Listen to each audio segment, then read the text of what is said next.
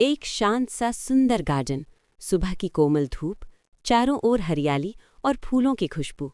और उसी गार्डन के बीच खड़ा एक पुराना विशाल आम का पेड़। उस पेड़ की डालियों पर लटके हुए पके पके आम मानो किसी जरूरतमंद की प्रतीक्षा कर रहे हों। उसी पेड़ के नीचे एक छोटा सा मासूम बच्चा खड़ा था, नंगे पांव, कमजोर सा शरीर और आंखों में साफ दिखाई देती भूख की पीड़ा।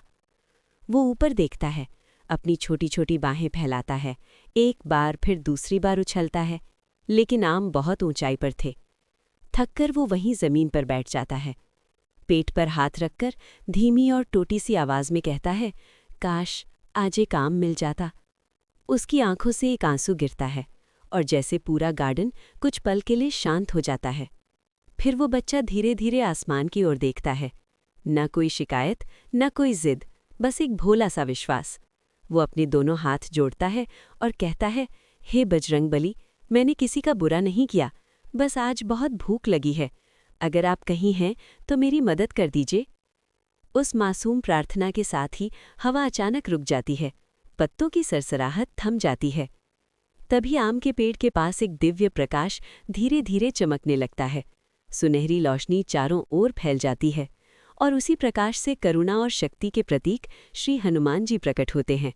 उनका मुख तेजस्वी है, आंखों में अपार दया और होठों पर स्नेह भरी मुस्कान। बच्चा डरता नहीं, वो तुरंत खड़ा होकर आंसू भरी आंखों से और पूरे विश्वास के साथ हनुमान जी को प्रणाम करता है। हनुमान जी स्नेह से कहते हैं, वत्स, भूख में की गई पुकार सबसे सच्ची होती है। जिसे दुनिया अनदेखा कर दे, उसे मैं कभी अकेला नहीं छोड़ता। हनुमान जी आम के पेड़ की ओर बढ़ते हैं, एक पका हुआ मीठा आम अपने हाथ में लेते हैं और बच्चे की ओर बढ़ाते हैं।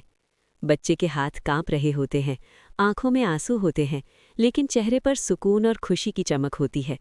वो धीमी आवाज में कहता है, धन्यवाद बजरंगबली।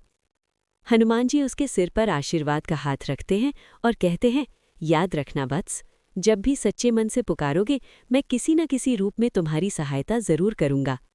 इतना कहकर हनुमान जी धीरे धीरे उसी दिव्य प्रकाश में विलीन हो जाते हैं। बच्चा आम को अपने सीने से लगा लेता है और मुस्कुराते हुए आसमान की ओर देखता है।